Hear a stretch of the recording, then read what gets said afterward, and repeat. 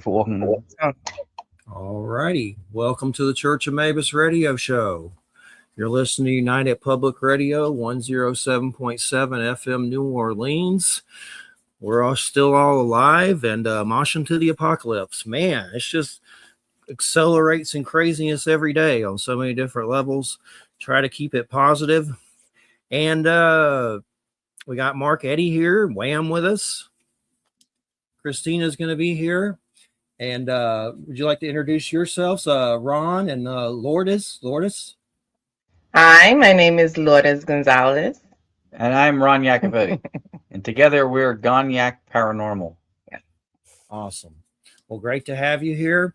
And first, we're going to talk to Mark a little bit about the Bigfoot thing. And y'all are welcome if you have anything to add. I don't know much about it, but there's all the Bigfoot people are freaking out right now, having a meltdown from what I see. I've just seen little things here and there. I haven't gotten conversations with it. But Jeffrey Shanks, my archaeologist friend here in Florida, who helps do the Conan the Barbarian comics at Titan, writes the forts and stuff. But he was telling me about it, and it kind of seemed like some of the stuff he was telling me that it may have been a hoax, but I really don't know. I haven't seen anything enough to judge anything. But what do you think, Mark? Okay, I just grew up always being aware of the Patterson Gimlin film. Okay, I really didn't know what to make of it when 10, 11, 12 years old. I did attend a lecture that Dr. Meldrum gave me about 10 years ago, just on top of the hill over here. And I was very impressed with his analysis of the movie. He just sits in there, playing it, regular speed, and use a little remote control to slow it down, pause it. He's making points about this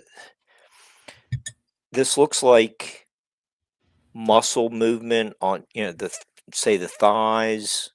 Obviously, you have to notice the bouncing boobs. That's not really. I don't think it'd be as prominent in a costume. You don't see a zipper in the back, but watching the close-ups that Dr. Meldrum had, stop and pause, slow motion. You could see what he was talking about. I think he made a very convincing case. So 35 years later, after first seeing it, I think Dr. Meldrum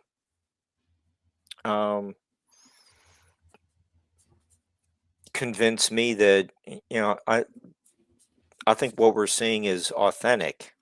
Of course, you're gonna get deniers and there's accusations of hoaxers. And that's what I thought too, Mark. And I still don't know, but what I'm being told from someone else, and that doesn't mean anything. It's an opinion. I haven't seen it yet, but I definitely think if he saw that, there's some new documentary or something.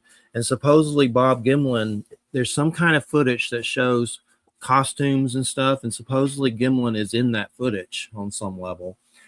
But I don't know. I mean, like I said, I don't know much about it at all, but I'd like to learn more about it. And Jeffrey's going to come on, the guy I've been talking to later in the summer, to talk about it. But he's like much more into it than I am. If it was a costume. I think it was. I just don't know. But I mean, I always thought it was real. I always thought it was real, but I still don't know. That's where my argument is that okay. There's one thing. I don't know what we're seeing here. I'm maybe it is real, but if it was a costume, maybe it was far more advanced than we realized they had in 1967. Well, I know I watch a lot of Bigfoot videos on YouTube and stuff, and of course, some of them are definitely fake, if not a lot of them, but some of them I do think are real.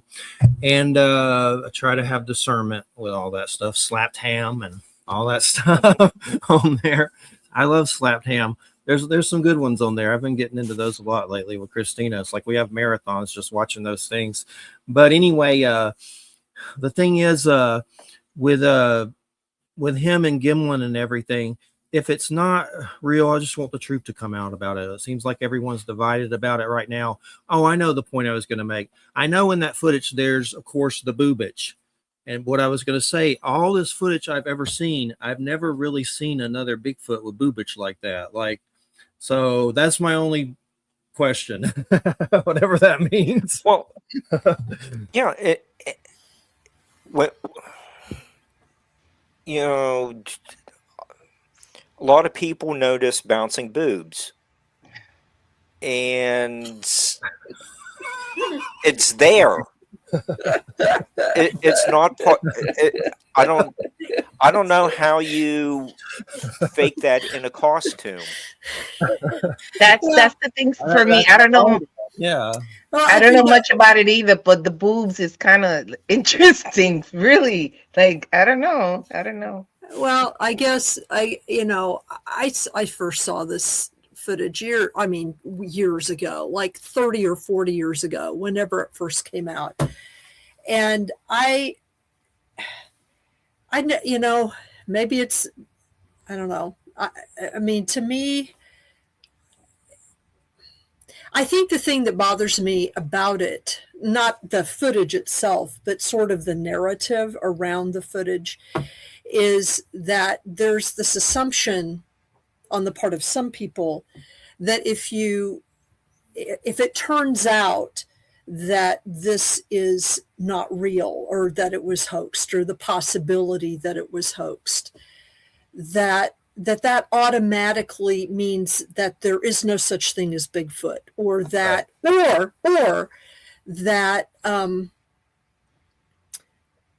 it having been hoaxed proves that nothing about what Patterson experienced, because according to him, this wasn't the only thing he experienced. Okay, that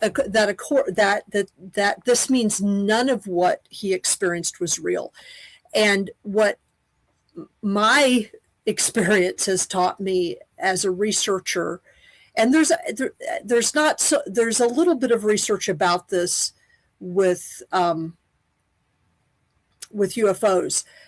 But there's a ton of research about this with Marian apparitions and paranormal experiences that are connected to religion and spirituality, is that even if it is hoaxed or would be hoaxed or is possibly hoaxed, a lot of times people do things, if he did that, a lot of times those kinds of things are done not to fake people out, but in order to try to illustrate something that was experienced. And I think that that's what people don't quite understand about even events that are later proved as not being completely authentic.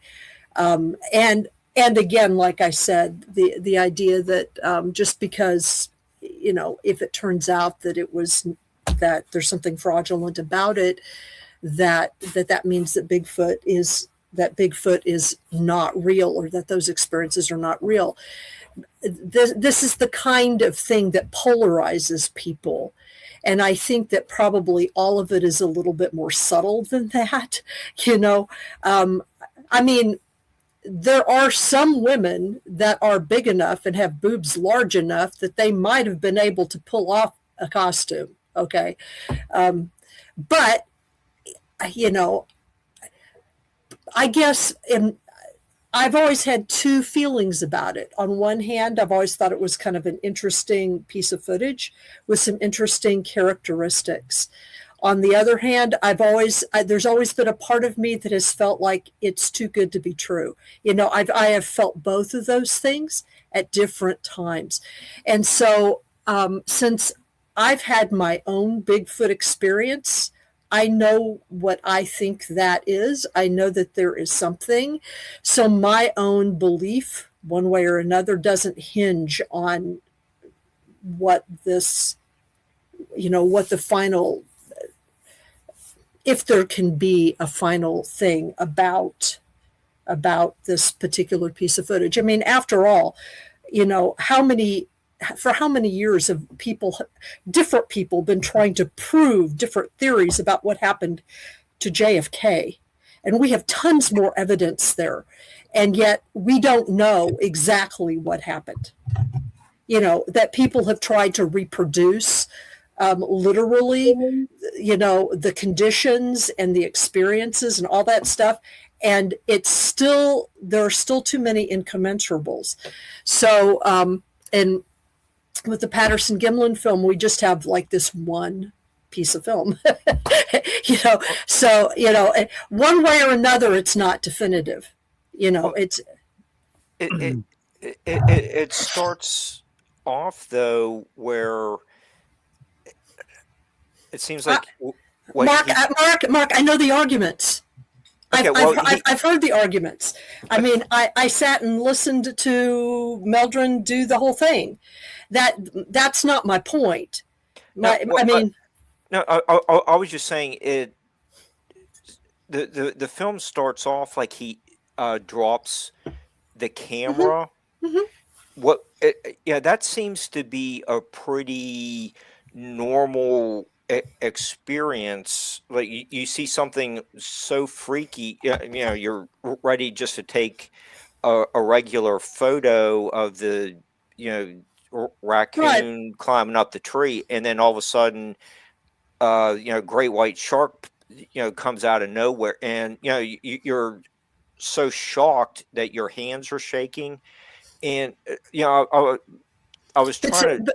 But see, if he was trying to reproduce, this is just an if he was trying to reproduce an actual occurrence to himself, then he would reproduce what he did, which is drop the camera.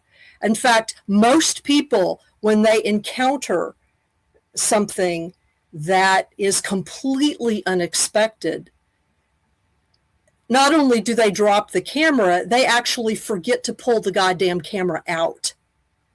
Mm-hmm. That's what happens actually more often than not.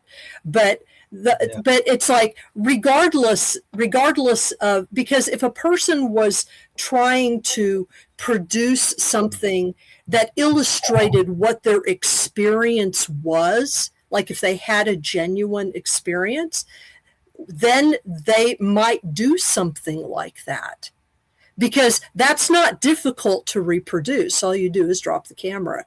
You know, that's not that hard. The reason I say this, and this is where I really, really encourage people to do a deep dive into like Marian apparitions and stigmata and things like that, is, and even people like Uri Geller, you know, we all know about Uri Geller. And if you know the history about Uri Geller, you know that there were times when Uri Geller did absolutely real things that cannot be explained. And there were times when he was fraudulent.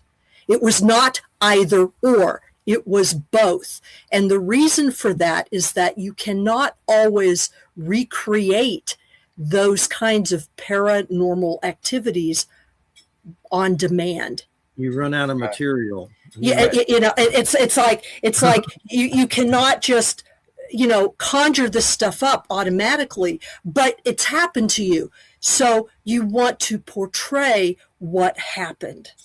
Right. I'm in 100% agreement on, and we get this in the paranormal a lot, that if the footage becomes non-authentic, that it does not mean that the cryptid creature itself doesn't exist. We get that all the time. It's the same thing. People conflate the difference between whether a phenomenon exists or whether a phenomenon can be willed on command when you want it to happen. Exactly. They're not the same thing. That said, though, if anybody is knowingly both experience something real, and then if they try to recreate or portray it for the purposes of sharing the experience, but they didn't share that they were sharing the experience, and Right. they point it off as real. One of the things that we have in this field is our integrity and our credibility. Hmm. And once, if it turns out that it was hoaxed, it doesn't mean Bigfoot's not real. It does to the people who never believed in it, because then that's their nail in the coffin. They go, aha. And it's Right. not an accurate argument, but it dings the credibility of one of the most compelling pieces of evidence that it's survived for years. So it doesn't Mhm. reflect positively on that. Once you do that, like if you testify and you lie under oath under one thing, everything else you said is called into question. That's the problem with it. If he did in fact try to share an experience by recreating it authentically, but didn't say that he was recreating it, that's a problem. And Yeah. it's an inexcusable problem from a research perspective. Mhm. Well, I don't I know the agree. full gist of it. I know that I think his son released something that showed him rehearsing or practicing the event like in '66, like a year before it actually Right. happened. That was what was Right. causing all the hoo-ha about this.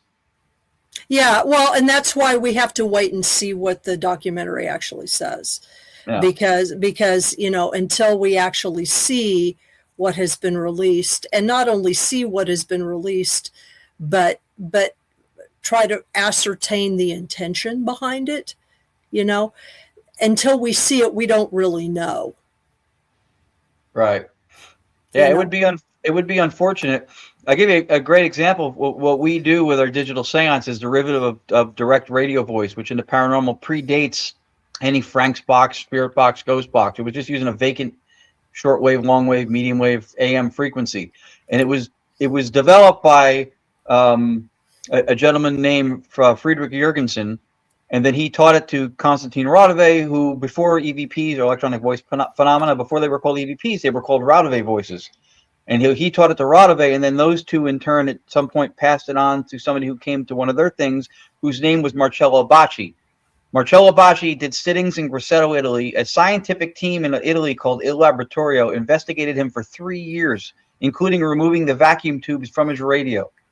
He jumped through the hurdles, and he showed clearly that there was something phenomenal going on. Now, and I know this only because I was mentored into direct radio voices, what led to what we do, by Dr. Annabella Cordoso, who's the only living pioneer of voice phenomenon work that's left. And she told me that later on, after 20-something years of doing authentic work, where she sat with him as well as Robin Foy from the Skull Experiment, there were a couple of recordings, I think, that somebody had gone into, and I guess they found that they were audio fragments, or they were audio parts that were from, I think it was like a movie that was like a French dubbed movie or something like The Exorcist or whatever.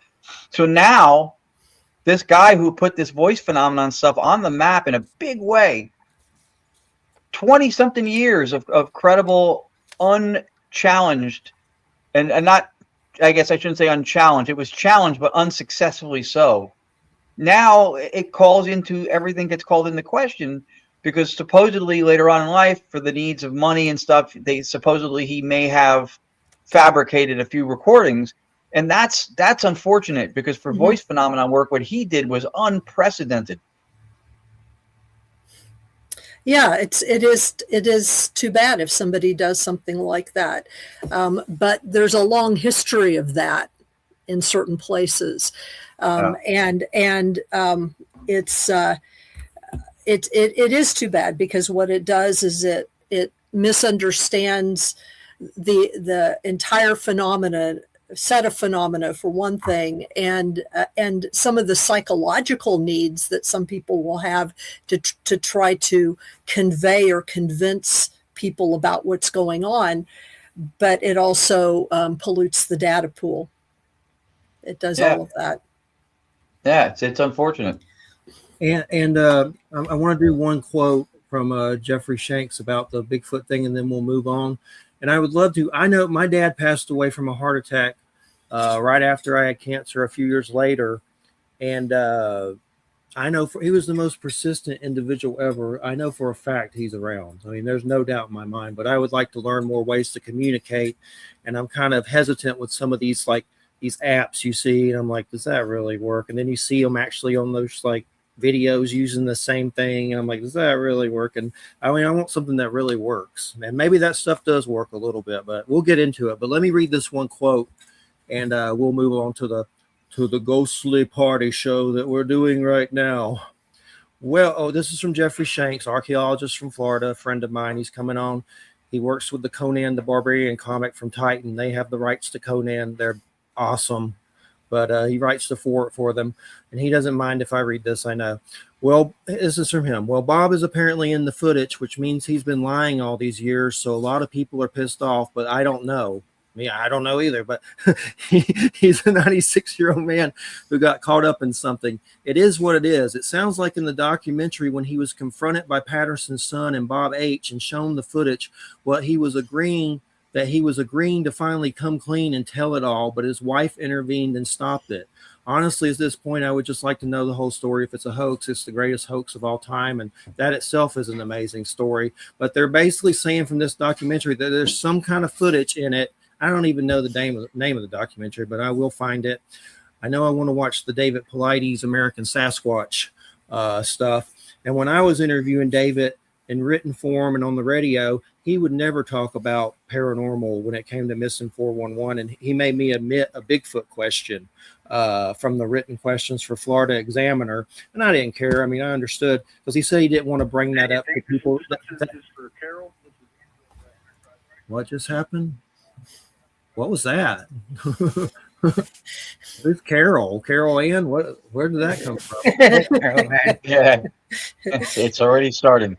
Was that like a weird thing, like a StreamYard thing? Could be a stream. Let me tell you some of the weird StreamYard things we've had happen before. We heard drums once, and then the other crazy one, we're not going to get into it too heavily, but we heard a porno music, like a porno. no. It's like it came up, it was not us. I don't know if other shows leak into the show or it's the Matrix and the realities are converging. But was it porno music or porno sounds? I thought it was porno sounds. We would have went, the music, we're used to that. But no, anyway, David would never talk about paranormal. Now he's like balls to the wall. You got taken by an alien, the missing or being taken by UFOs. And he's going down. He's putting the pedal to the metal with the paranormal, which is fine. I think there's that element to it. But anyway, tell us, I guess, first, Ron and both of you, the spiritual component of this that you said that's unique. That's fascinating. Yeah, if you want to speak to that. So, I mean, it's a form of mediumship, basically. Anytime there's a communication, which again started with direct radio voice, just using a vacant AM channel like shortwave, which is what our method is derivative of, that's the functioning medium. So there's not a spiritual component to the process of it, but I think especially she could probably speak to it more. There is I guess a spiritual component to the activity of doing what we do, to the practice of it, to certain elements, that are behind the beliefs for it. But the methodology itself is pretty straightforward. It's using analog white noise generators that are creating white noise in real time, and it's putting it through an interface, and then that channels multiple channels of white noise into one, and then that goes through software, which is a virtual studio, a VST, and what it does is it filters, denoises, and amplifies all in real time. Everything people do with audio capture in the paranormal, when they get home, we're doing it in real time at the point of contact, because when you go home and review it, you don't get to have a dialogue. You get to listen to something that was said, and that's different.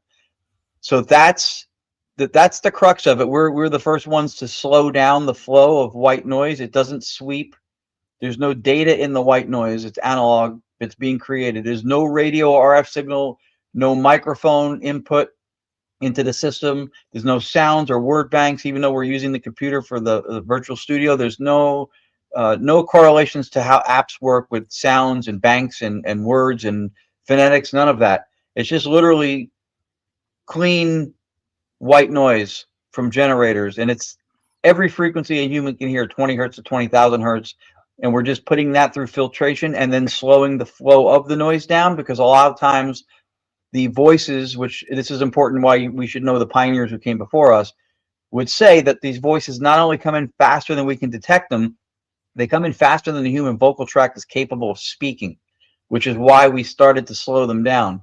So that's pretty much what the process is. It predates a Frank's box or a spirit box or a ghost box. It's derivative of direct radio voice. The gentleman who's in Florida named Keith Clark from Varanormal with a V.com, he introduced us to the software, and then we were off to the races, and I experimented with different stuff for like 3 or so years, working on trying to make the sound cleaner to the point where now you don't even hear the white noise. It almost runs dead silent with occasional blip, unless there's a word, unless there's a phrase. Then we will hear stuff that will emerge from the speaker, and usually it'll be, not always, but sometimes it's short answers, but a lot of times we'll get things that are longer at the length by which we've never heard a spirit box or a ghost box do. I think by the way that they sweep, it doesn't allow for something that's longer to come through, where this, through the availing of the white noise, is somewhat of a it's a constant, so there's no Yes. interruptions. With the sweep, you'll have an interruption. There you go. So we sometimes get a full sentence. We've had like 3 sentences come at once. And as far as the spiritual part, that will come from intention. The intentions of the people when they're there, if they want to, if they have good intentions and they want to speak to loved ones, or if they're really into the location, and our intentions, because we're all of us are part of the equation. So when we bring it out, we don't bring it out for us, we bring it out for the public. So a lot of times they'll get loved ones come through. I mean, we've had people that their partners bring them in because they had an experience with us and they're skeptical, and they've had loved ones come through and now they're not skeptical anymore, and they thank us and crying and hugging us. So that's where the spiritual part comes in. It's not the method, the computer, it's us and our intentions when we're communicating. Yeah, I agree 100% that you can't have an experience without an experiencer.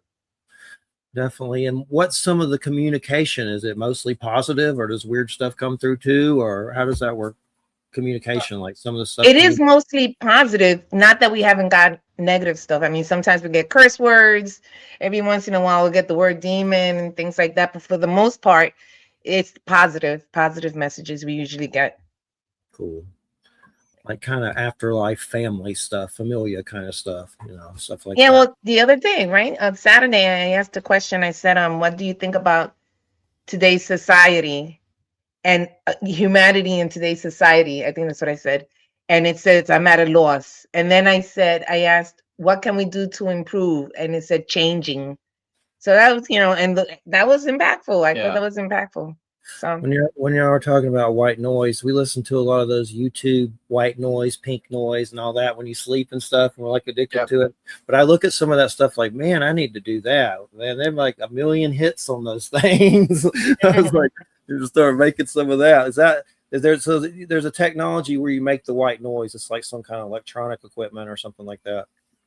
Yeah, I mean, what we're doing is you can get white noise generators, but they make sleep machines that are recorded white noise on anywhere from 3 to 10 second, 12 whatever second loop, and you'd never know because it sounds the same. Yeah.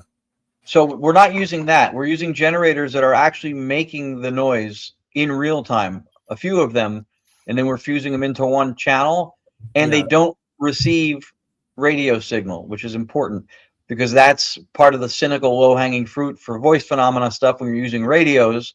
Is they go, well, your anomaly is voices, and you're using a device that receives voices, like going to the beach and dropping a bunch of coins and jewels and then coming back 2 hours later with a metal detector going, look what I found. You added it in there. Because we're a little skeptical about the apps. I mean, you have to know how to use it. You have to trust the person who made it. But for the most part, we're pretty skeptical about the apps. Here's the problem with a database of words, and they could do it whenever they want. You know, how is Right. it? They make you think it's reading energy from the air, and there's some kind of tech that does that. But I don't. That's just a lot to swallow. I don't know much about that. But the problem with the apps is that it's like looking for a black hair on a black carpet. You're going to find something. It's going to give you. This is where you differentiate between the evidence and results. It's going to give you results, and if it's relevant, it could be the microphone is allowing access to what you're saying. It could be geofencing. It could know where you are and then say things about where you are, especially when they add in things like generative AI. So there's variables that you don't know. Do I think it's impossible for them to produce an authentic result? No. But the problem is, again, black hair, black carpet. How do you differentiate and show the difference between a genuine article that comes through and that the app's just doing it? And when, with unknowns under the hood, even the timing and relevance, which we usually use to vet something as authentic, becomes shady. It becomes iffy because you can't know for sure that what you're dealing with isn't in some way influenced or contaminated. So that's why, and people who make apps will argue we only have to put it for entertainment purposes on it because they make you do it for the Google Play or the iPhone store. And I get that. But then my response is, when you go into a hospital and you see equipment that's used for surgical procedures or anything medical going past you in the hallway or in a room somewhere, and on that machine it says for entertainment purposes only, then you'll have an argument. Because we used a couple of apps with from creators that we trusted, but when we asked a question, we didn't have the answer in the question. You know, we were very careful because we didn't know if it was recording and it spits it out. Yeah, this is good advice. Say right. it again. That's important. You know, so we would, if you wanted to answer like, I have glasses in my hand, can you say glasses? We wouldn't say that. We would just say, you know, what do I have in my hand or whatever, but to try not to put the answer in the question, just in case if it was recording or spitting it back out. But if you don't know that, and then see, that's the problem with it. You have to be really careful on how you use them, because, you know, there's a lot of variables there that, well, like Ron says, there's words in there. Yeah. And it can record. Some of them record. So if somebody's genuinely trying to do this for research or really genuine curiosity, I wouldn't think that they would have apps in their hands. The other problem with it is that a lot of public events, when they're spearheaded by a celebrity from a show who's appearing there, a lot of them are walking around with apps doing that. And that's it. All you need is the right talking head to be behind your campaign, and all of a sudden you have got the genuine article there. And I think that's frightening. I think that's a little bit disingenuine. Yeah, it's a little disingenuous. I think it's dangerous thinking, because you're giving credibility to something by the fact that somebody who's holding it has credibility. But where there's a disconnect between their credibility that you're assuming from television and maybe even their years in the field compared to the actual technology that they're wielding. I mean, it was almost like a decade ago, and we were in the Queen Mary. And we were using an app. I'm not going to mention which one. And we asked a question, and the answer was, you started it, and it was relevant. We were like, oh, it had a certain tone, everything great. Yeah. Then like a year or so later, or maybe that same year, we were in another location here in New York. I think it may have, I forgot where we were. New York. And we asked a question, and the same exact words. You started it with the same inflections and everything. It was the same thing. And me and Ron were like, and everybody else was like, because they didn't know what we knew. Because then we were like, wait a minute, that doesn't. It makes you feel like right. that, like synchronistic or something. It makes same tone and everything. That's why I was like, I never trusted it, but it did say some weird stuff a few times. I was like, what? Weird. Yeah, and that's the problem. I think if any device can work that has the ability to modulate a sound into our hearing range, it's not impossible. It's not incoherent to say that the device can't produce an authentic result. It's not internally inconsistent. It's not contradictory. But this is where we get into slippery territory, because in the paranormal field, everything's very binary. Either it's real or it's fake. It's true or it's false. And that's not always it's not always the case to be able to draw that line, right? So in instances like that, you go, well, either it's a genuine result or it's not. But when you can't discern between the two, then then you're treading on a slippery slope, I think. And what is like a TV when it does? Is that white noise, the static, like in a TV? Is that considered white noise? Like Yeah, it is. Yeah. I used to stare at that as a kid, and sometimes I still find myself doing. It's probably what's wrong with me. There's something in there. No, I do too. It's weird. I've been attracted to white noise for the longest. It's true. The white noise is the environment. The white noise. There's something about white noise. She's been attracted to something white wrong with me too. She's been attracted to white noise, and in the 80s, I used to dance under that name. White noise, ladies and here we are. Isn't that in Poltergeist, the movie? There's some scene with the white noise in the TV or something. I can't remember. Mhm. Yeah, it gets tricky. The thing is that if you can't prove it's false, people think it's true, and if you can't prove it's true, people think it's false, right? Again, that binary thinking, and it's not internally inconsistent, it's not incoherent, that it can produce an app can produce an authentic result. But the question, the way we look at it is, as metaphysical idealists, is do we have any reason to lean into it? Because you can say that everything out in space, everything in the cosmos, planetary movements, gravitational forces, gravitational lensing, dark matter, you can say all that stuff is not what's going on. All that's happening out there is there's this big flying spaghetti monster that's an other dimensional being that we can't see, and it's spinning the planets and moving things around with its noodly appendages. You can say that. And the evidence for it that you're using to support it is there, right? The planets do all those things, right? It's not internally inconsistent. It's not incoherent, but there's no reason to lean into it. So that's what we look at. Just because you can argue for something based on the result, which is somewhat circular, doesn't mean that you have a genuine article as far as a theory or a hypothesis goes, purely on the fact that you can't disprove it. Because you can't disprove the flying spaghetti monster, but there's zero reasons to buy into it, even though it is internally consistent and it is coherent. And then the results that you're saying it causes are there. And definitely, I definitely want to hear some of your encounter stories, like if you have personal paranormal stories. But I want to tell a story that some of the stuff me and Christina have had happen when we were at the other house that we're here now at another house. But when it got sold, we had a glass explode after her grandmother passed away. Something slapped the bed. And it was like I got up to look to see if something fell on it, like nothing fell. And I had a flashlight, like looking around. I was like, "What? Something slapped the bed." We had the same slap happen to the RV when we were sleeping in it, and no one was around. But one of the weirdest ones, and it's kind of messed up, and you can see it as a comedic in a way. My dad used to go around. He was very kind of annoying sometimes. We loved him, and he loved us, but he could be scary too. But sometimes he'd come up to people and do this thing he called bulldog, where he kind of pretend humped you. And I know that's I know it's hard for me to remember.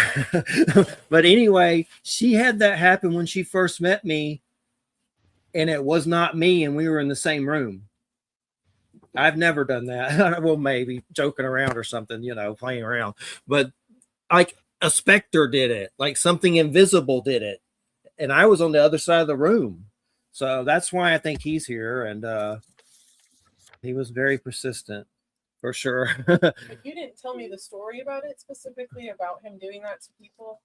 And it was scary because I was climbing onto the bed, and it was like it grabbed me on my hips and pulled me back across the bed. I mean, I'm like a 200-pound woman, and I went sliding across the bed and screamed, "Jeffrey!" Yeah. And literally it was like something bumped me from behind, like, boom. Weirdly, again, I'm sorry. And Bulldog came up to her, and I'd never said anything about that to you ever, have I? No. Pretty sure I have. Try to keep that story to myself, unless I'm on radio, of course. Media. But anyway, There you go. There's that. My big mouth. Is Mercury retrograde over? My God, I almost died during it. Thankfully, that's sometimes I'm thinking of it. Yes, it has ended. It has ended. It has ended. Thank you. I'm so tired of getting I went to blamed for jail everything. for a misdemeanor first offense. We don't have to get into it. 2 nights in jail. I've just had like, I have a toxic water settlement because I'm a testicular cancer survivor. And they had to get medical records, and it was from 1992. And we could not find the records anywhere. They couldn't find the records. So I'm still like trying to get this settlement from some weird thing my mom saw on Facebook about a settlement with toxic water in your zip code for cancer people. And anyway, now I'm hunting for this piece of paper, this magic piece of paper. There's some other things that may turn out with it to get this settlement, but it's just been Mercury retrograde. I survived this Mercury retrograde. It's been Blaming crazy. me for- Yeah, No, it's bring her. up stuff Mercury we have to retrograde deal is her. with. She's a Virgo, so it's And her he's fault. Saturn. He's Saturn, so I'm like, I don't. I'm blame the devil for Capricorn, which everything. yeah, I'm He the blames devil. Mercury That's for great. everything, Thanks. I'm glad to be a Capricorn. Let's Wonderful. deal with stuff. I don't Let's know go. if I agree with that I'll be tarot right back. interpretation of Capricorn. Get the scalpel. I've noticed that lately that in tarot, like she listens to those reading things, a lot of those people always associate Capricorn and the devil. I'm like, gee, thanks. No, it's just a card. It's not a negative thing. It's just the opposite of the It's- lovers, where it's like you're caring more about your things in life instead of connection and investing in the world as a oneness of love, which is what we need to be shifting to. So if we do like someone said about intention, if we do all we do with intention and usually love and good thoughts and so on, it will come back around. But Yeah. doing it about money, that's the problem. Greed, and sadly that's the problem. So That is the problem. That's a big, big problem. Oh, very cute. Thank you. Very It's a cute. Boy or someone- girl? boy, and he's a mess, and I don't want to fix him, but he is misbehaving bad, and I have to. But I he don't want needs to. be, yeah, No. for safety. Yeah. But anyway, someone threw him out at a park. We have a lot of rescues here, and there's a park that people just throw them out. Perfectly good dog, and they had food for him that had mold on it and a bowl. And the cop said we could take him as long as you love him. So here he is. If he'll just stop Yeah. humping everything in the house, we will be fine. He's Maybe very- that's why he came over. We were just talking about bulldog, and then yeah. I and then the dog came over. And go, Your dad is in the door. yeah. Yeah. So I was like, that's your dad's. You gotta come to the ghost party. It's Jeffrey. But Yeah. anyway, that's what I jokingly said. We're having a ghost party. But I like ghosts. It's very fascinating. Sometimes I can find myself getting bored with it, but you're kind of livening me up about it. So I appreciate that. It's not boring, but I mean, sometimes when I've seen UFOs and weird alien beings, the ghosts, it can be fascinating. I always love to talk about ghosts and the clothes they wear. Like, when you see one, it's like in a pioneer outfit. Like some woman at Sam's told me a ghost story. I went up to her and did some Ghostbusters quote, and I forget what it was, but she told me a paranormal story after doing it. And she saw a pioneer woman in her living room. Yeah. Why do they have those clothes? Do you get to change your clothes? Is it just seeing the past? Do you get a ghost wardrobe and you can just change it out? Am I going to die? If I died right now in this, that would be cool. Then Oh, Ghoul, my son used to watch that. My son and his he's stepdad used to watch that amazing, show. man. He's in got the Florida. same shirt. I'm in Florida and he's on Me TV and it's amazing. He's like a dude Elvira, but he's more goofier. It's like those are a dying breed. I love those kind of things like that. And he comes on every Saturday. And there's a weird one, man, that comes on PBS that's so weird. And it even I'm weird, but it out weirded me. I was surprised it was on PBS. It's called Nightmare Theater. And it comes on late on PBS. And there's a dude dressed like a goofy werewolf furry, a dude with devil horns, and a guy with a wrestling like Mexican mask on, like Santos or whatever. Yeah. And they just showed Nosferatu. But what's so weird, they just show weird old crazy things like with big bugs and stuff running around, those kind of movies. But what shocked me so much, that was on PBS. Yeah. And I'm surprised this dude's on MeTV. I love it. I mean, it's rare. That's why I like it. It's unique. I have the figure. He has a figure that You know, he even has action figures. I see grannies at conventions coming. They even know him. Like, he's bigger than I even imagined. He's been around a while, but it started in Chicago. But yeah, it's cool. But yeah, tell me about, have you had some personal paranormal encounters, or what brought you into what was the catalyst that brought you into this subject? Mine was testicular cancer and almost croaking, and my dad, crazy dad, and UFO, seeing that stuff is why we're doing it. But I'm curious what got you started. What was the catalyst? Well, I'll tell my very short version of it because I already explained the method. I got into it because I was always fascinated with this stuff, and then I started doing what was called ghost hunting, I guess, initially when I lived in Los Angeles for 14 years. And through that, I developed an affinity for the voice phenomena stuff, and then especially ITC, or instrumental transcommunication, which is what the box is, and what we do is considered real-time stuff. And so when I saw that that was something people actually genuinely researched and experimented with, that hooked me, and I thought it was fascinating. And so we dove into doing that. I was doing that when we met. I got her into it. We developed this method now of the digital seance experience, and we study consciousness, analytic idealism, metaphysical philosophy. And so that's the encapsulated version of what hooked me and how. She has it imbued through her family line, and it's much more interesting than that. Yeah, I was basically born into it because my family is from Puerto Rico, and they practiced, because they don't do it anymore, espiritismo, which is it comes from the Caribbeans, and they were physical mediums. So most of my family members practiced it, and they would do ceremonies and rituals. But my mom, who was the youngest of the bunch, and there's a lot of them, she was the youngest, she didn't practice. But we would go to these things. And so my cousin was channeling spirit, and she bumped into my mom. And when she bumped into my mom, they both started channeling. So that terrified me, because I knew that my mother didn't practice, and she was moving and speaking in ways that I knew that wasn't my mom. So I shied away from it for a long time, and I would actually argue with them, like, you shouldn't be doing this, you shouldn't be doing that, and things like that. But I still would have like precognitive dreams and things like that, which was always welcome in my family. Like, a lot of people experience them, saying, well, you have a overly vivid imagination. Well, for me, it was always welcomed. So I still had experiences, but the physical mediumship, I was like, So then after years and years, we started dating, and he had on his profile Ghost Hunters, and I was Ghost Hunter, and I was like, oh, interesting. And then he started taking me into investigations, and then I just went right back in. He sucked me back in.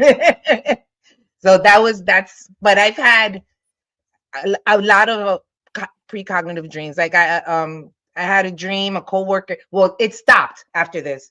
In 2007, one of my coworkers was pregnant, and I had a dream, and I was floating, and I see a hospital bed, and just her hair, just a little bit of her blonde curly hair, and the baby was born, and it was a girl, but in the vagina there was teeth.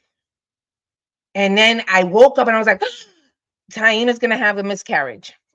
And sure enough, like 3 days later, she had a miscarriage. Now, before those 3 days, I didn't know what to do with the information. I called my mom. I was like, I can't go and tell her this dream, right? So I carried it, and then it happened. Then I started feeling like when she would come to work, I started feeling like emptiness. I don't know, like emptiness. It's just emptiness. And I was thinking, well, maybe it's because she's depressed because it's the baby.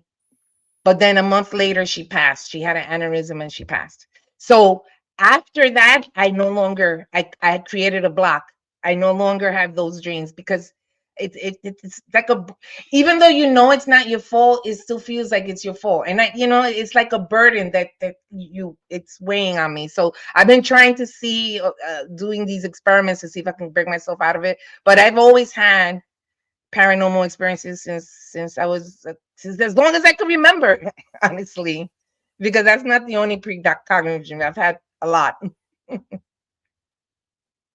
Well, go ahead, Mark. Go. Oh, I just wanted to ask Lourdes and Ron.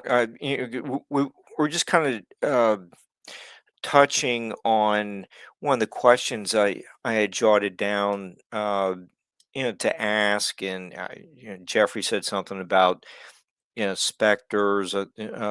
Both of you have mentioned, this is a fascinating topic, and I think it just seems like the human condition, is just programmed to it's kind of wonder, where do we go after we die? I think that's part in every culture from recently until, or going back to caveman times. Dante wrote books about the afterlife. So seems like it's normal to want to understand the paranormal. Where does it seem like it crosses over into being a little dangerous? I think that if you go looking for bad, you'll find bad. It's all about intentions, right? So if you're gonna go wanting to speak to a demon, then that's what you're gonna get. Like, that's what, and not to say that if you're not looking and you're trying to look for angels that you may encounter one or not. I'm not saying that, but it really diminishes it quite a bit, like a lot. It doesn't usually happen. But if you're looking for it, or doing things that you're not supposed to really be doing, it can get dangerous. It can get dangerous, but it's not something that happens on a whim like that. It's a very small percentage of that happening. But I guess that's why that scared me with my mom, because I perceived it as something bad because she didn't practice. So when that happened without any permission, and then actually later on that night, my cousin was cooking something in the kitchen, and then it happened to her. She practiced, but it was always about permission, and there was no permission. And it just, the spirit came into her and she started channeling. So I perceived that as a bad thing, honestly. And I've never seen anything like that ever since. But I don't think it's as dangerous as people think. But I do believe if your intentions is to be talking to something dark, that eventually, even if it takes a long time, eventually you'll come across something dark. It's just like if you hang out with the wrong people in this life. If you hang out with the wrong people in this life, well, something bad is eventually going to happen to you. I mean, that's pretty much how it works. Because I don't think doing spirit communication, like some people think it's all demons. No, it's not that. Because a lot of times we get people's loved ones come through, and it makes them feel better. They get that closure that they're looking for. Yeah. But a lot of the lines between religion, spirituality, science, philosophy get blurred through the application of things in areas that they don't necessarily apply. They're theoretically making category errors by assigning things certain attributes or functions that are not inherent or even tangentially related to what it is that they're talking about. So for us, like, I would look at certain things like that, like, we're, like she said, part of the experience. We have this subject object relational perception thing, but we're part of the whole, right? We're part of the whole. There's a oneness to, we believe, to what's a universal consciousness that we're part of. We believe that we're just individuated or dissociated parts of one mind at large, let's say. So we perceive things outside of us with this subject object thing. So we think, like with karma, we think we do something and then we get punished or rewarded by the universe by it sending something back at us or to us. And I would look at this a different way. And I love the idea. It comes from a mindset of a philosopher named Alan Watts, that when you do or act in a way, you behave in a way, you are embarking on on an action or a process. And then, so what we perceive as karma, as the universe throwing something back at us to punish us, is not something separate from what we did. It is part of the entirety, the totality of what it is we did, which if of a negative or an ill-intended state, then that is what we experience in turn, because we initiated that excitation of our subjective field, let's say, right? We put that in motion. So it's not do something bad, wait around, then the universe slaps you back. When you get slapped back, it is part and parcel of what you started. You surrounded yourself with, yeah.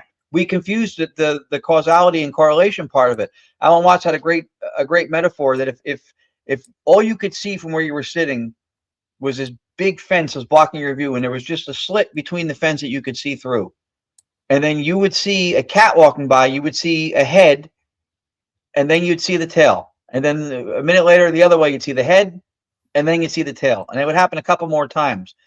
From that, we would deduce that the head causes the tail. Because every time you see the head, tail follows. Instead of looking at that as the totality of one thing. And it's in motion. So you see the one thing, and then the other thing, which is part of it, comes after it. So I think that's part of this separating ourselves from the experiences thing too much. And then there was something else I wanted to say too, with regards to when you were talking about how things being negative and inviting them in. It'll come back to me. I forget where I was going with it, but it was along the lines of what we were just saying. And as far as like, where do we go? Now we're not saying that we are correct, right? We don't know if we're right or wrong, but as idealists, we believe in analytic idealism. Heaven and hell for us is not in like a place. It's more of a mental state. It again with intention. So if you're living your life a certain way and then you pass, wherever that mental state that you're in is where you're gonna be in the afterlife. So if you're living, your life and you're happy and this and that, then where you move on in a mental state will seem like heaven. Whereas maybe if you're not living such a great life and you're doing all these crazy things and crime and all that, well, where your mental state is at the moment when you pass on, it can be considered as hell. So we don't think it's an actual place. And as far as we think they're all around us now, it's not like they go into this different separate dimension, but that they're now in a higher vibration where we can no longer see them, but they're all around us. Just like when you boil, this is a good example that I've been using, like when you boil water and it's boiling and you boil it for so long, it becomes steam and then it evaporates, right? The water doesn't go into another dimension. It's still around. And then when it rains, it's in a lower vibration and then it comes back around. So we think it's just when we move on, we're in a higher mental state where you no longer see a physical being, but they're still all around us, which then it can explain why some people hear disembodied voices, which I've heard for the first time in the Queen Mary, literally someone say no in my ear and there was nobody there. So it can account for that if they're all around us and we just can't see them because they're vibrating in a higher mental state. Yeah. Interestingly enough, too, to circle back to the beginning of the show, what she just explained is part of how we look at, and this is a very popular theory or hypothesis with regards to cryptid stuff. I know with Bigfoot, it became more of a thing, which is the interdimensional hypothesis that through vibratory rate changes, and I assume it implies that it's willfully done, that the creature exists and it'll just vibrate to a rate that is not visible or detectable to us, and then it goes to another dimension, right? And then that's why we can't see it, and that's why we can't capture it or get clean pictures or whatever, because it's always popping in and out of existence. So first, as idealists, we believe that we start with the experience and we try to make heads or tails of the experience instead of starting with a theory and then trying to find things that fill out the theory. I think that's working in reverse, right? You start with the experience. Under idealism, which is a metaphysical position, reality is fundamentally mental.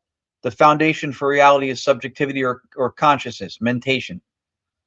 It's important to know one's metaphysical stance, because when you're trying to explain these things, if you don't know what it is, you're either going to have one foot in one and then you're going to put your foot into another one, and you're going to go back and forth, and you will develop ideas or hypotheses and theories that are inconsistent, because you invoke science in one avenue, and then the next step in your theory, you're doing something that completely contradicts or conflicts with that same science or with a science, and now you have an internally inconsistent theory that doesn't add up.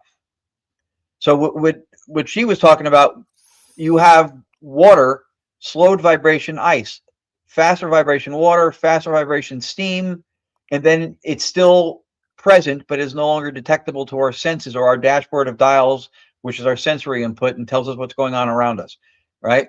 So it doesn't mean that it goes into another dimension just because it's no longer detectable. Why is that important to us? Because of the experience and the explanation that interdimensional hypothesis puts forth, that it's a vibratory change that makes it undetectable, that can still hold.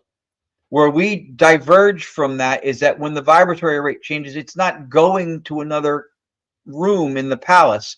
It's just not detectable within the room that you're already in. Right. That's important because that line is drawn based on the metaphysical position. Metaphysics, by the way, does not mean candles and incense and sage, and it literally means that which stands behind the physics. Science will tell us what nature and reality does. It'll model and predict behaviors of nature. It'll ask questions of it through experiments. You get outcomes. It doesn't tell us what nature and reality is. Rather, it tells us what it does, not what it is. That's a philosophical or metaphysical philosophy perspective to take, and we don't pin it down, but we try to come as close to it as we can, being skeptically parsimonious, meaning as few steps as possible without inventing things to fill out a theory, and without conflicting with known regularities in science, which we call laws, which we shouldn't. And I think that happens a lot in the paranormal. So now you take this cryptid thing and you say that it vibrates at a different rate, and now we can't see it and experience it anymore. The reason we diverge on that point is if you say that it's going to another place, you're implying physicalism, or what used to be called materialism. If you say that it's vibrating and it's still within the same field of subjectivity and consciousness that we're in, but no longer detectable to us, then you have a more sound metaphysical support for it. It's the same thing that holds up an explanation that you would give for infrared or infrasound, which we don't detect either without instrumentation. So That's all you need. You don't need the extra step. right. It's just vibrating at a higher state where you can no longer see it, but it's still there. You just can't see it. Right. It doesn't need to go to another dimension, just like the water. Right. As soon as you imply or infer another place that it goes, you're implying materialism or physicalism. And why is that an issue for, I guess, from where we're standing for our explanation, is because that metaphysical position is a dying breed, and it's not internally consistent for explaining what reality is. And it's important, right? Because when we deal with these conversations, people go, you don't think that's real, do you? You don't believe ghosts are real? You think Bigfoot's real? UFOs are real? Well, I think if you don't have an idea of what you think reality is, you can't make an educated guess as to what you think what may or may not be real, right? And so physicalism and materialism fall short. And one of the big things that poked a hole in it was what was called, or what is called, the hard problem of consciousness, right? Under physicalism or materialism, the world is fundamentally made up of physical stuff. That's it. Everything else comes from that. So your brain, which is this gushy physical thing in your head, gives emergence to consciousness. And then when your physical form dies, no more consciousness. It's all gone. There's no survival theory. There's no afterlife. That's it. So when you have a hypothesis or a theory that's foundation is rooted in materialism, you're contradicting your position if you're saying at the same time that cryptids like Bigfoot exist, that somebody actually experienced it. Because now you're explaining its disappearance rooted in a metaphysical stance or view of reality, a worldview that doesn't even allow for it. It's a contradiction. Under idealism, everything physical is just representation of what's out there. There's a world out there. Your brain is not creating your consciousness. But what we perceive as physical is not fundamentally physical. This jives with quantum physics because it says that physicality is a result of observation and measurement. Things are not physical with parameters that you get revealed when you measure or see them. No, they're revealed. They are the product of observation, and which is why you can have things like entanglement happen. So when an explanation for something like interdimensional hypothesis explains Bigfoot, with the vibratory change and the inability to detect it anymore, I'm on board. But when you say it's going to another dimension, like another place, you're implying another physical space, another realm of existence that we have no access to. So it's empirically vacant. We can't falsify it. We can't test it directly or indirectly. We can't even infer it through anything. It's not grounded in anything. We're just creating something for the purposes of needing it. Like, so we know that this other dimension exists because these things disappear into it, and they disappear into it because it exists. It's circular reasoning. It doesn't go anywhere. It's self-referencing, self-validating. So that's the difference between where we're coming from with idealism, is that in a mental reality, these things can disappear through a vibratory change, and they still exist. They're just not detectable, but they're not going to another physical place that we have no access to. And it doesn't conflict with science. It Right. doesn't conflict with physics, because water does the same thing. So if the being is doing the same thing, vibrating at a higher rate, it's still there. It's just we can't see it anymore. And we know that there's things out there that we can't see, like Right. Ron mentioned before. And just to give brief explanation to the reason why physicalism or materialism is not as popular as it was, nor I think a sufficient explanation for defining what our reality is that these things happen in, besides not allowing for these phenomena, is two things. One, I mentioned the hard problem of consciousness, which says that there's no way to deduce, at least in principle, the qualities of experience, the taste of chocolate, the smell of a strawberry, the softness of a rose. There's no way to deduce in principle the qualities of experience from any physical arrangements. There's no way to say that something physical is giving rise to these experiential states, or what's called qualia, qualitative states. So for the brain to be creating consciousness, it would have to have an answer for that. And that's why it's called the hard problem of consciousness, because it does not have an answer for that. It's not a problem to be solved. It's a problem that says we need to take a step back, that our view of reality, our worldview, is flawed. Right. And we need to have something that holds up science, consists with science, right? Doesn't conflict with it, but at the same time also does not exclude from the table that which people do in fact experience. That's the problem with the heart problem. It was a problem that was created through the Right. Yeah. Right. And then the other thing is too, is that I think a lot of people are on board with what you would call a dualism, saying that this was very Cartesian, or from Descartes, that you have two things to explain all reality. You have mind, mental mind stuff, and you have matter, physical stuff. Mind and matter explains everything. Two incommensurable things that both jointly will explain everything. And the problem with that is that is an internal contradiction, because it says these are two separate things, mind and matter. And then it tries to explain mind in terms of matter by saying that matter in your brain is creating your mind, which is your consciousness, which is a contradiction. So that's why we think that the metaphysical position of something like idealism, even a dual aspect monism that says there's one thing, but two sides of it are physical and mental, that's a little closer, I think, to what would add up. But that's why that's important to us, is because it allows for these experiences. It doesn't conflict with science. It doesn't challenge the science at all. And when people in science use that as a disqualifier for what we do, they're making it convenient. It's very easy to explain everything that's on the table once you've removed from the table that which one cannot explain. I mean, there's been a paradigm shift happening now, where there's a lot of scientists who believed in materialism, right, and now are flipping into something like idealism, or what's the other one you said? Panpsychism. Oh, dual aspect monism. Yeah, they're changing because they're realizing that materialism just does not work. And they've been holding on to that for a really long time, but now there's slowly a paradigm shift happening with that. And that's why we try to stress that, because in metaphysics, to identify it with like woo stuff, with like sage and crystals and candles, it does it a disservice, because it's your view of what you think the world and reality is. And even if you don't think you need to focus on that, because you're just focusing on the science, right? when you just focus on the science, science itself should be metaphysically agnostic or neutral, but science is done by people. And if they have beliefs or biases about what reality is and what can be real or what could ever happen or not, what's impossible, then those things are going to taint or shape or guide the way that they interpret, perceive, and process the information that they get from anything phenomenological. So they become unexamined assumptions that are part of the equation because of what their metaphysical position is. That's why those things are important. The very famous from Carl Sagan, it's called the Sagan Standard. It says, and everybody's heard this before, that extraordinary circumstances require extraordinary proof or evidence.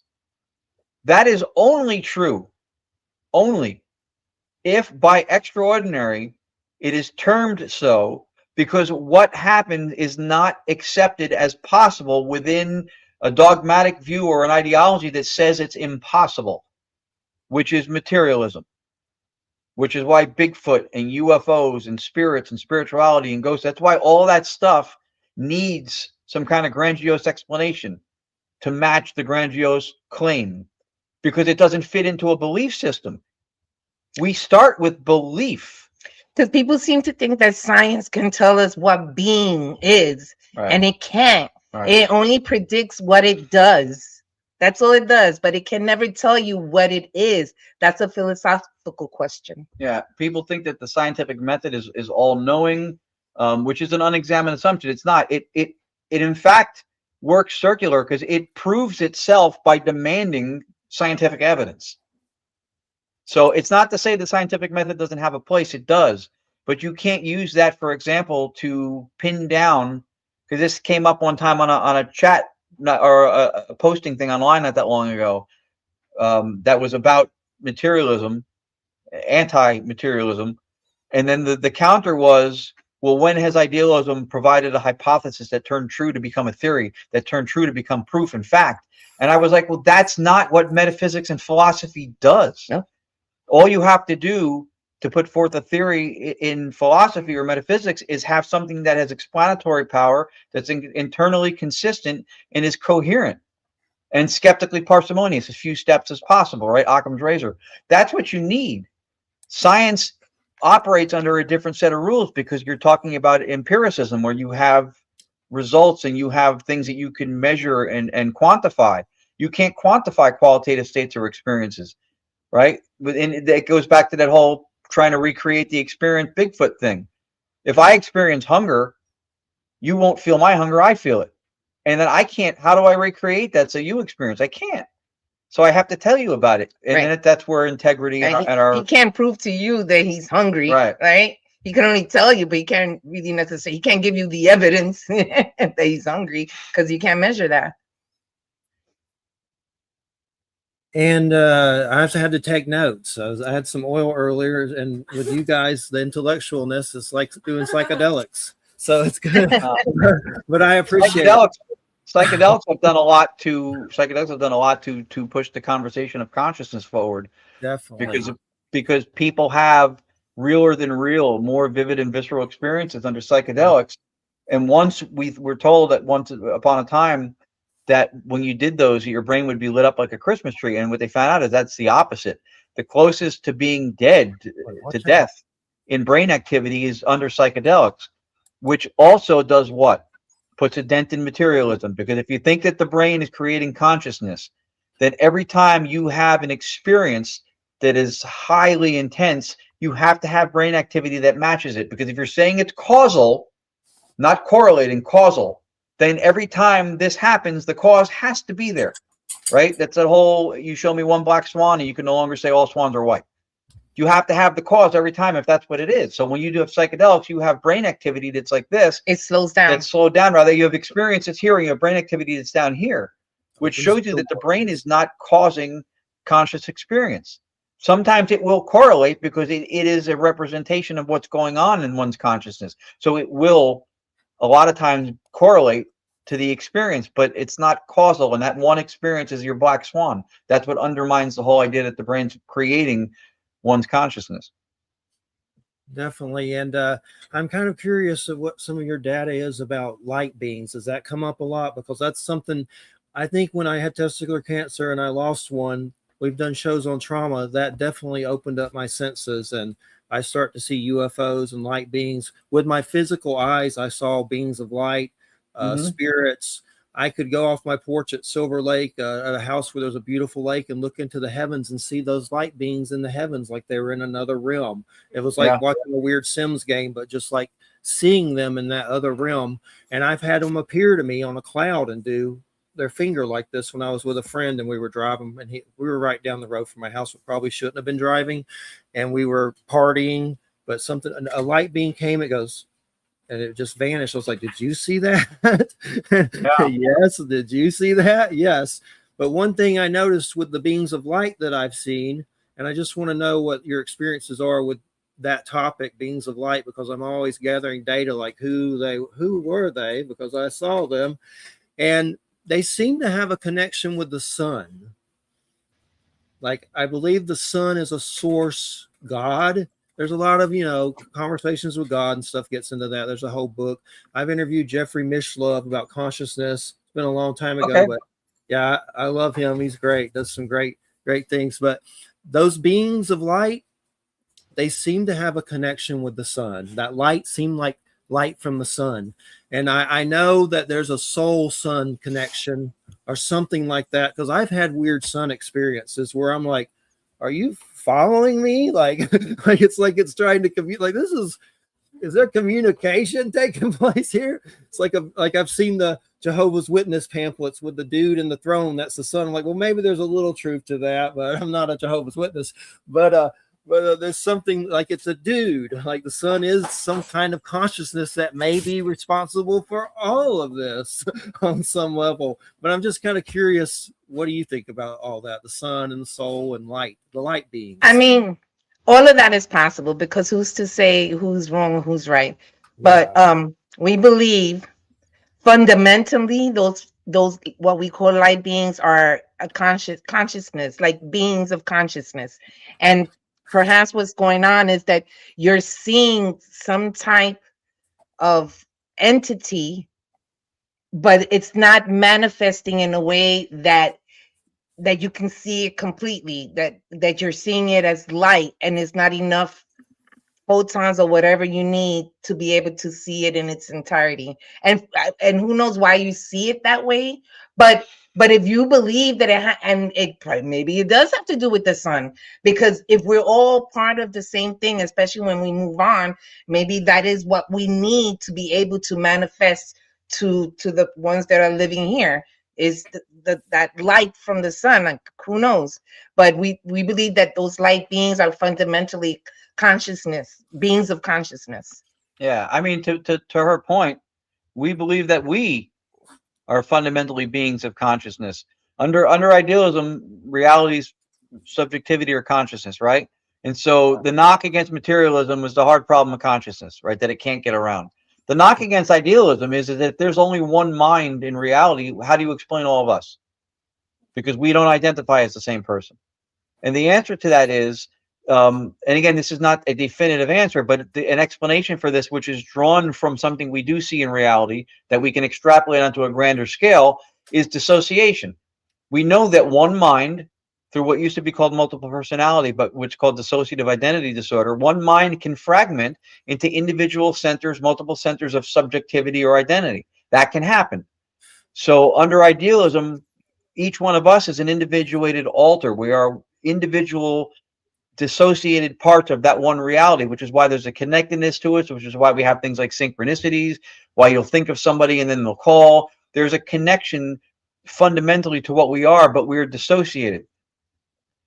Now, not in a pathological sense. Right. Like here. Not right. in a, it's not a pathology. We don't need to cure the universe, but it is a model that we see in mind in nature that we could use to explain or get around how do you explain all of us if there's one mind to reality kind of a thing. So to say that light beings are something that is perceived as an autonomous entity within consciousness, to me, it seems possible and makes sense. It seems coherent, because under idealism, so are we, right? And we just happen to be perceived as physical through our dissociative state, but it doesn't mean that those things can't be. Now, the connection to the sun for me, and she and I are on the same page almost entirely, but you'd be surprised some of the philosophy conversations. The only times we've ever been in public and people thought we were like an angry couple arguing was over philosophy. Yeah. Because for the most part, we're on the same page, but sometimes we'll have a divergence. I'm not so quick to say with the sun. Now, there is a very, very well-respected biologist named Rupert Sheldrake who has put forth, I guess, a concept, or I don't know if I say a hypothesis about the possibility of the sun being conscious.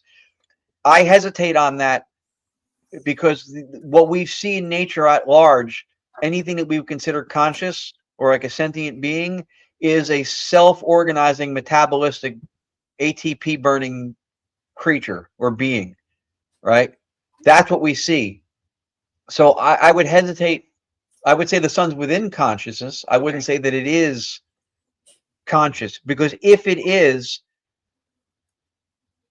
how would, I guess, I don't know. Like, first of all, we would have no direct access to that to know it necessarily, right? Like, what would its inner life be like? And then now the way, this is another metaphysical position I mentioned before, panpsychism. Panpsychism is the materialist way to get around the hard problem of consciousness. It goes, well, physical stuff doesn't give rise to consciousness, like your brain. Everything, every atom, every molecule is conscious. So now, ta-da, no problem, no hard problem of consciousness anymore. Everything's conscious. The problem with that is that falls victim to what's called the combination problem. Let's say we go with that. Let's say that this table is conscious. Yeah. If I cut a leg off the table, does that leg have its own consciousness now? What if I nail it back to the table? How do those two consciousness merge? If every cell, every atom within somebody or something is conscious, how do you reconcile all those different consciousnesses coming together for one subjective experience? It's a nightmare. So that's...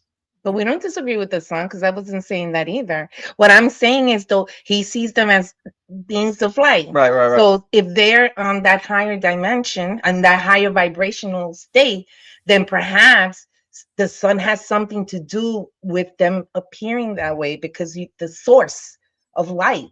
That's what I mean. I understand. Yeah, I hesitate to make the connection between the experience and the source, because a lot of times we don't have. But where does light come from? Like, without electricity, it would be the sun. Have y'all seen Ron Howard's Cocoon 1 and 2? Yeah.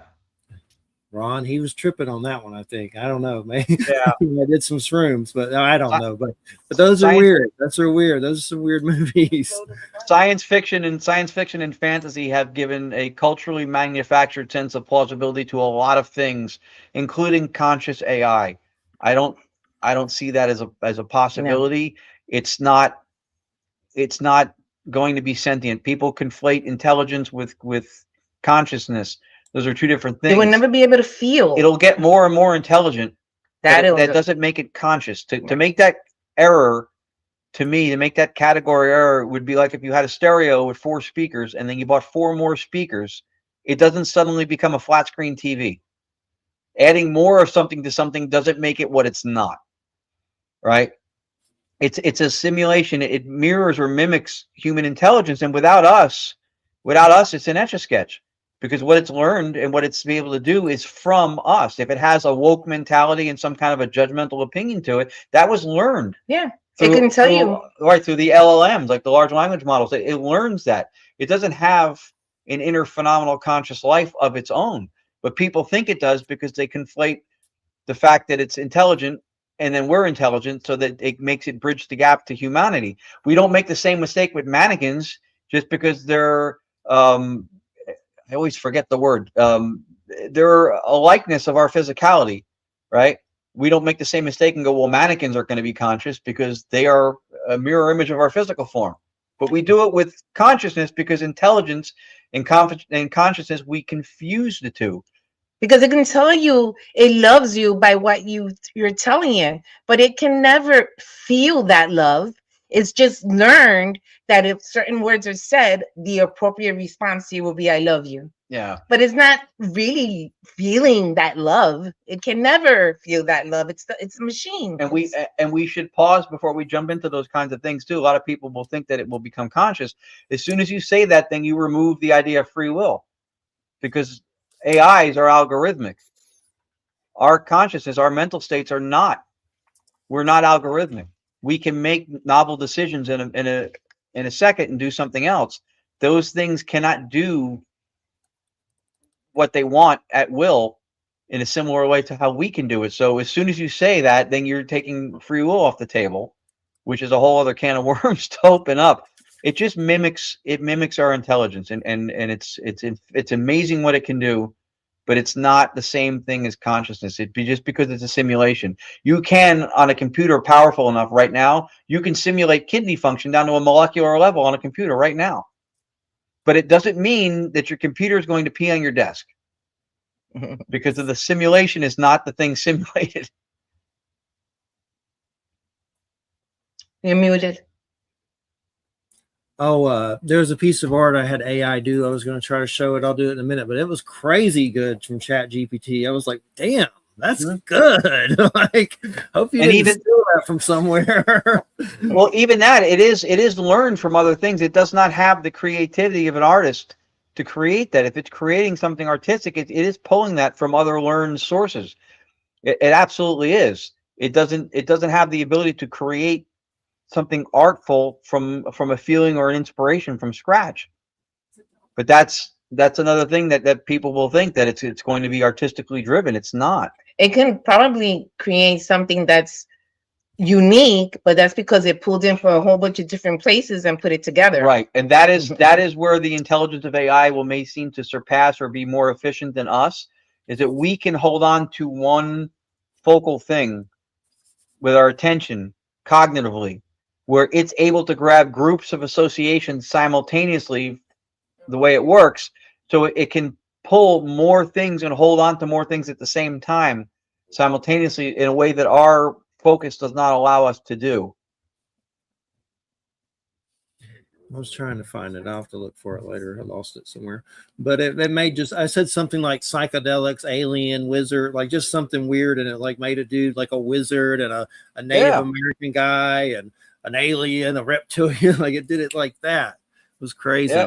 All those things exist out there in learned AI systems and data. And all technology is like that, because if you decide to build a car and it's just you, and right, because we're humans, we're doing it. But if you put a whole bunch of machines together and get the assembly line, you'll get a whole bunch of cars done. So it's the same thing with the intelligence of the AI. It can pull out from so many things where we are limited in that.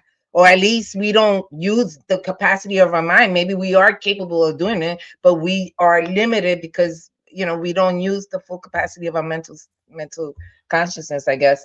But it's the same thing. It's just pulling from so many different places. So it's able to... Yeah, it can hold on to multiple associations at the same time. Create quicker than we can. Yeah. Oh, nice. Ah, that is pretty cool. It's quite good.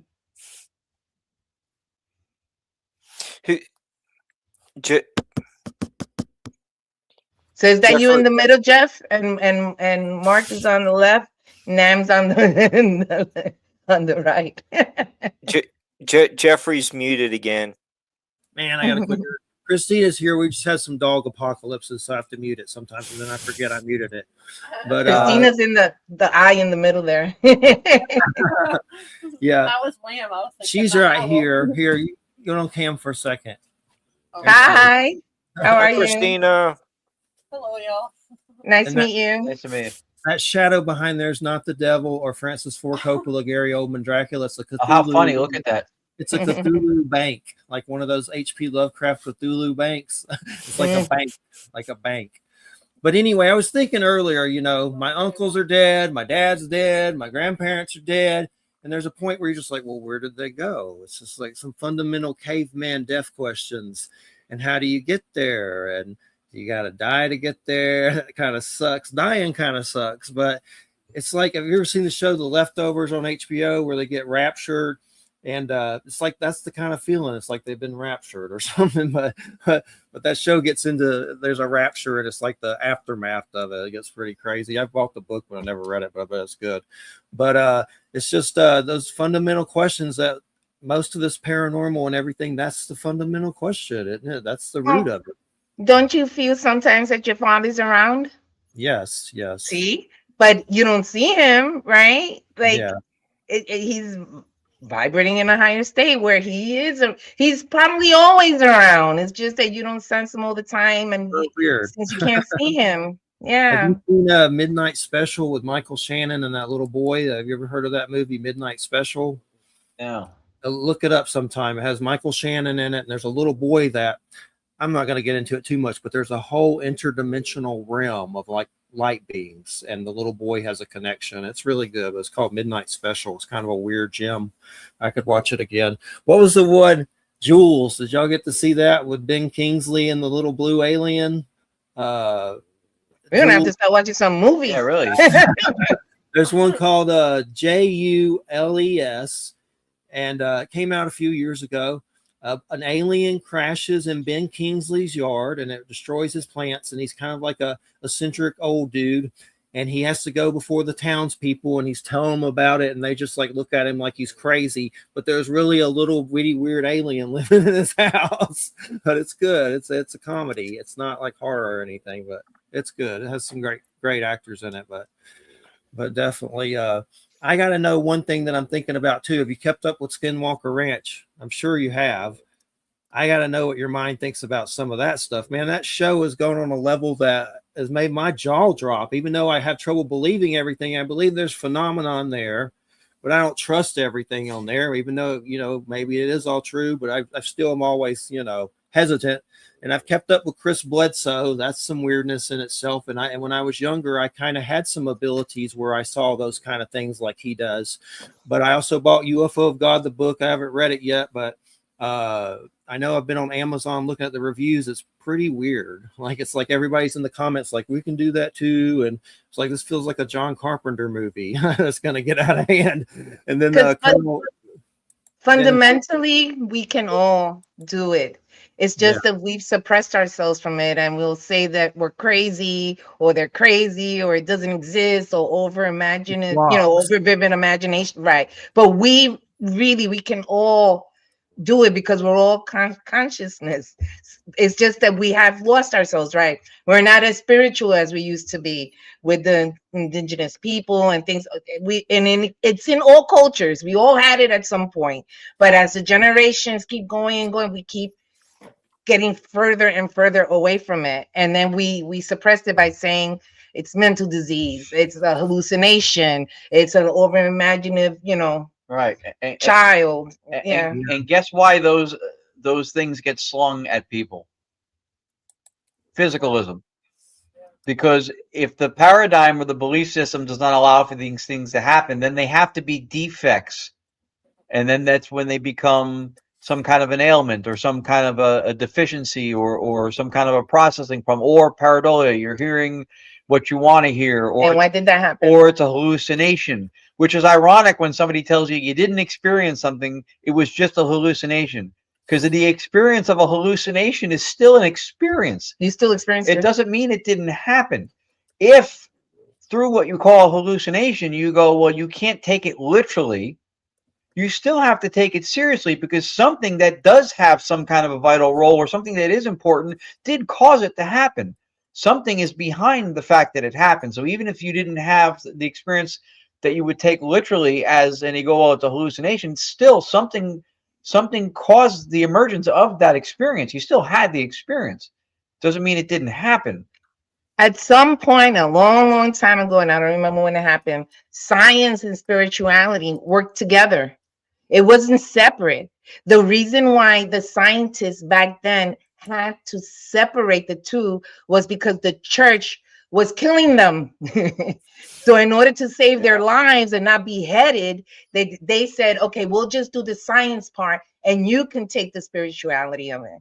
And so those scientists that knew the truth died off. Yeah. And then as the generations keep going, it got lost. Yeah. But that is why it's separated, because they were trying to survive. Yeah, Giordano Bruno was burned at the stake for it. And there was somebody in religion, I don't remember the name of the gentleman, who was on record saying that they knew that materialism was not correct as an explanation for a worldview or for reality, but they needed it to survive. And then they used it as a weapon to try to supplant the church, who, by the way, Mark, to bring it back to what you were saying before, the church who ruled for decades, for hundreds of years, without an army other than during the period of the Templars, on the fear of what happens when we die. They controlled populations just on that. Yep. That's how profound that question that Jeffrey was saying, that people wonder. That's how profound that question is, that they were able to control populations just on that fear of what happens when you die thing. And then that's part of it, because as a weapon, as a church, and that's probably how we came to a certain point, I think in the 80s, was it, when science killed God. They're like, right? There was no more God, and people got lost and started going into all these different religions, and things got all like messy, because now they're saying God doesn't exist, and that once there's no afterlife. But you know, the weapon that came from it was that. But that's not true either. It just created more mess. Do you guys know about Neil Donald Walsh at all? Have you heard of him? The Conversations with God guy? Neil Donald Walsh, Conversations with God. Look him up sometime. It's Neil Donald Walsh, Conversations with God. There's a movie about it. They showed it at churches and stuff, but it's not really, I don't know if I consider it Christian, but basically, just to break it down, he was a guy that was like 50. He went through a divorce, broke his neck, and just went through hell. And I've been there, God knows, and ended up at a park. And he was just like, God, please don't let me die here homeless with a broke neck and a divorce. And that little voice spoke to him. He wrote it down. International bestseller, Neil Donald Walsh. When I read it, I get goosebumps. I'm getting goosebumps right now. Well, check them out. There's a brilliant something telling me the truth on something that when I tell and that happens to us more than once. That's never happened to you, where you was maybe in a really down state, and people tend to ignore it, but and there's just something that you hear in your voice that may steer you in a different direction. Right. It happens to us. He was definitely talking to God, possibly. Yeah. There's a really brilliant author and researcher of the humanities and of religious history and studies named Jeffrey Kripal. And he talks about he talks about that a lot of or comic book, something about mutants, some kind of book like that. He has a book called Mutants and Mystics. I read that one. He has several books actually. It's really good.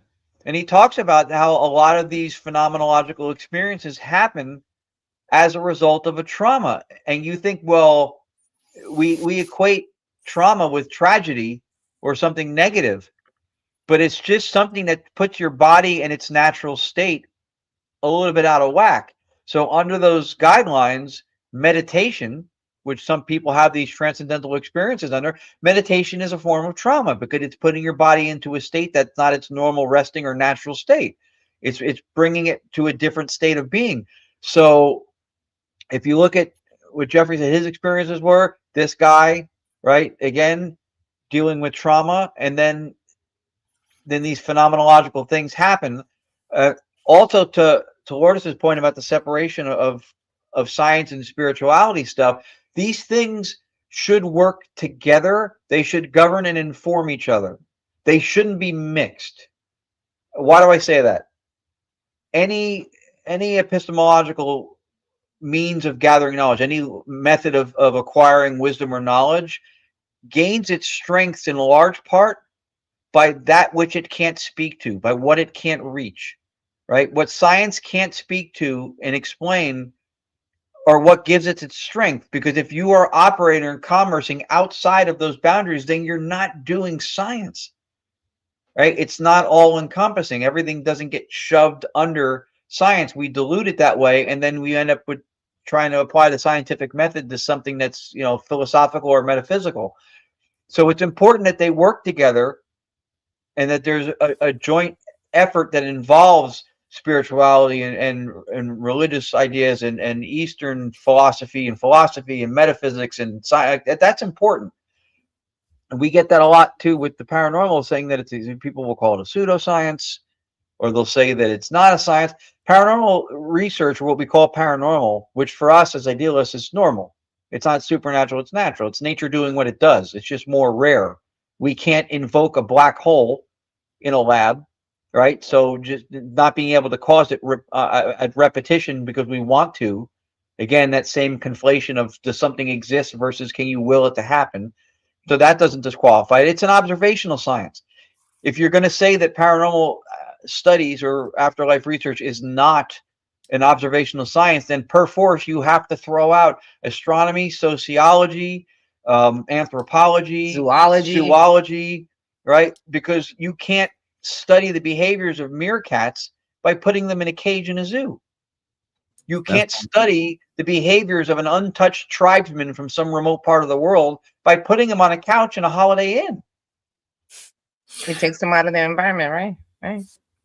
Well, what I got to know is with the Skinwalker Ranch thing, looking at it, I think it could be some kind of alien phenomena. It could, their computer there is named Satan. Is that a good idea? Like, is it Satan they're talking to, like a John Carpenter movie?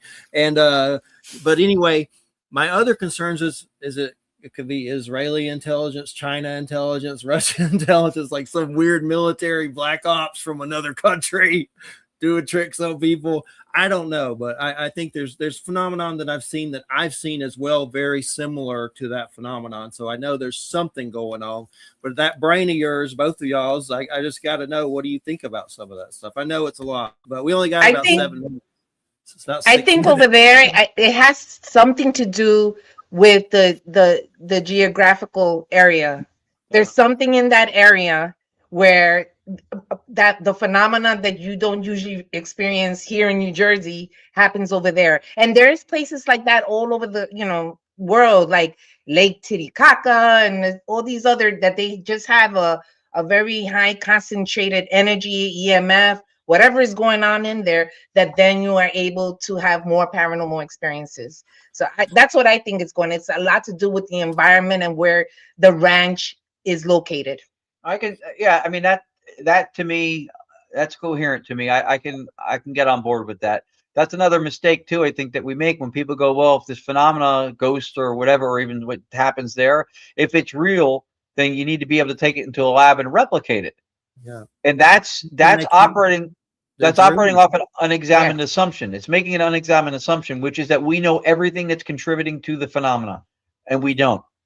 If you take something out of where it happens and then move it to a lab, which I understand why, because of the rigor you can practice there to rule out false positives and control is important.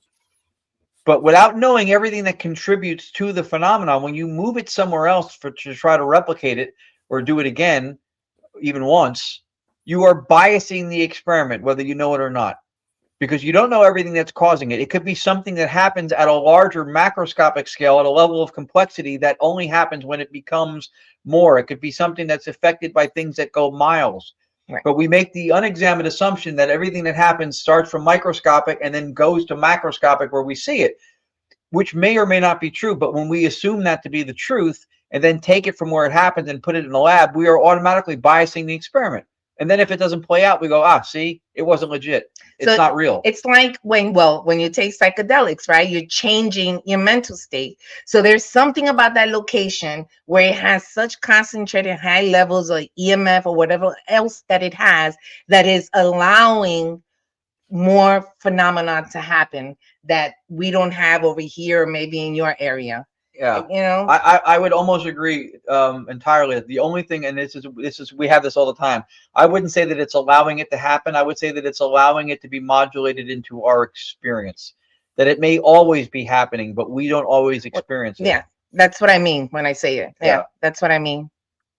It's making it's making the location more porous for things to. Well, it's making the experience more porous. Yeah.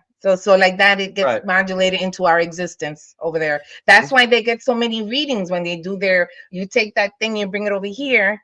You don't get those kind of readings, but we don't get those kind of phenomenons over here. Yeah. So we make that connection a lot in the paranormal with thinking that something's causal when it's correlative to it. That ghosts drain our batteries on our equipment is very popular. I don't know of an example of that happening that anybody knows. If you've been somewhere and your batteries died and you had no phenomenal activity, or you've had phenomenal activity and your batteries didn't die, then that leads you in a position to make the causal connection. What makes you think that? The same people will say that these spirits and stuff are just pure energy. They're disembodied. They're just pure energy. So then that begs the question, what pure energy needs to suck dry a couple of 9 volts to manifest? Yeah. What could perhaps be happening is that something is happening within our field of subjectivity, and it is affecting as a byproduct or an epiphenomenon of the experience, also the battery, or also causing something perhaps like the glass to shatter or something. So not that that's what's causing the phenomena, but that could be something that happens as a result of the phenomena. But when those things line up, we go, oh, the ghost drained my battery.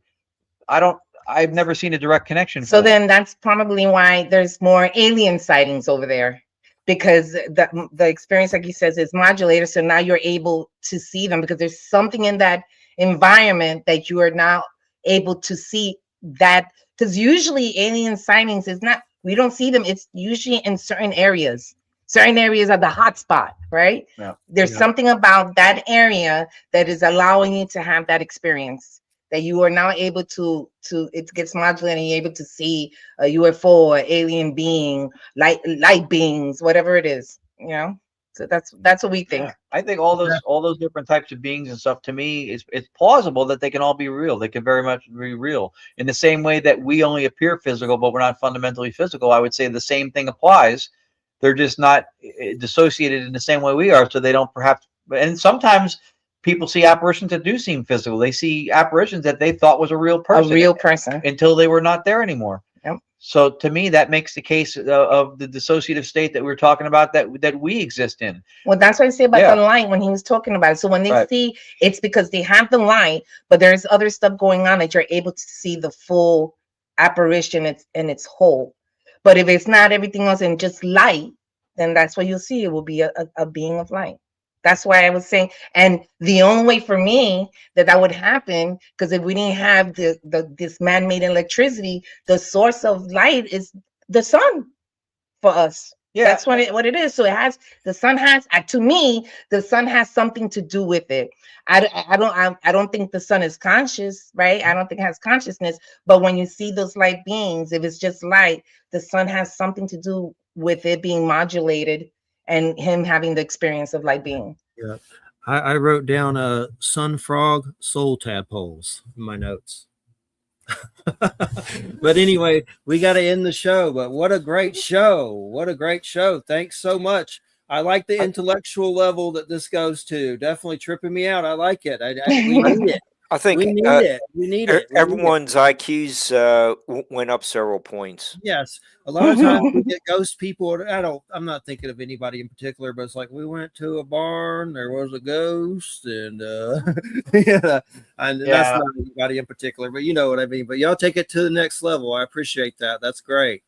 We appreciate it. Yeah.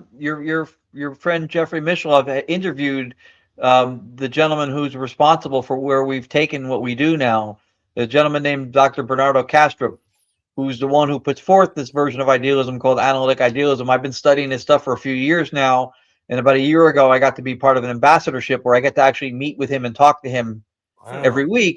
And that idealist metaphysical mindset and having an idea of what you think reality is and not conflicting with science, he had that influence on us, and it changed completely the way we look at this stuff and think, to make sense, right? Not to say that we're right, but to try to find explanation. I've been identified on a few podcasts. People thought I was a skeptic. I went, no, I'm not denying the experience. But what I am saying is that the explanation that's been floating around the ghost hunting field for decades is incoherent. It's invoking science and then conflicting with it at the same time. So very much salmon against stream, I put forth ideas to re-explain things like stone tape theory, psychometry, residual hauntings, and not the way they've been explained, because they do conflict with themselves as they've existed for decades now. If you speak to Mr. Mishlove, you should ask him about him, because he interviews him a couple of times. Yeah, Bernardo. Yeah, it's been a while, but yeah, I could probably approach him for sure. It does some amazing interviews, but we appreciate it so much. What's your links and everything? And we'll definitely get you back sometime for sure. Definitely. And we appreciate it. What's your links so everybody knows where to go? What you're called and your links. So our website, I will give you the address for, and our website has links to everything. I have 5 books on Amazon. Number 6 is in the works. There's a couple academic papers that I wrote that are also on there. We have testimonials for what we do. There's video clips of what our method sounds like with the white noise and the voices. When we're appearing and where, an events tab. There's a link. I have a Substack now that I started doing for writing and releasing stuff. That link is on the website. And we have a YouTube channel too. Yeah, and that's also linked off of there, as well as our personal Facebooks. So the website is GonYacParanormal.com. That's GONYAC, GonYacParanormal.com. And from there, all those things, the Amazon links, We everything. have access to everything there. All right. We appreciate it so much. Thanks, Mark. Thanks, Wham. And thanks, you guys. We appreciate it so much. Everybody have a great weekend. Thank you for having us. Yes, thank you for having us. Enjoy the end of Mercury retrograde. Have a great weekend. Yes. Yeah. And hopefully somehow that brings an end to whatever the hell is happening to America right now. That's terrifying. That's just in the Iran stuff, some kind of peace, because this just, man, it's stressful. Just look, I have to look at it for my job, unfortunately. But I have archives at Rumble that get 300,000 hits a piece. So I'm definitely, I'll send y'all the link. But I appreciate it. Take care. Y'all have a good weekend. You too. Thank you all so much for having us. Nice meeting you all. Bye. She'll sit in again too sometime. Peace and love. Peace and love. That's all. Thank you. You too. Hasta la pasta. Stole my line. I did. How do you get out of here? I'm trying to end the stream. In the stream. If you have a paranormal experience that you would like to discuss on the show, please email us at paranormal.insight.podcast@gmail.com. That's paranormal.insight.podcast@gmail.com.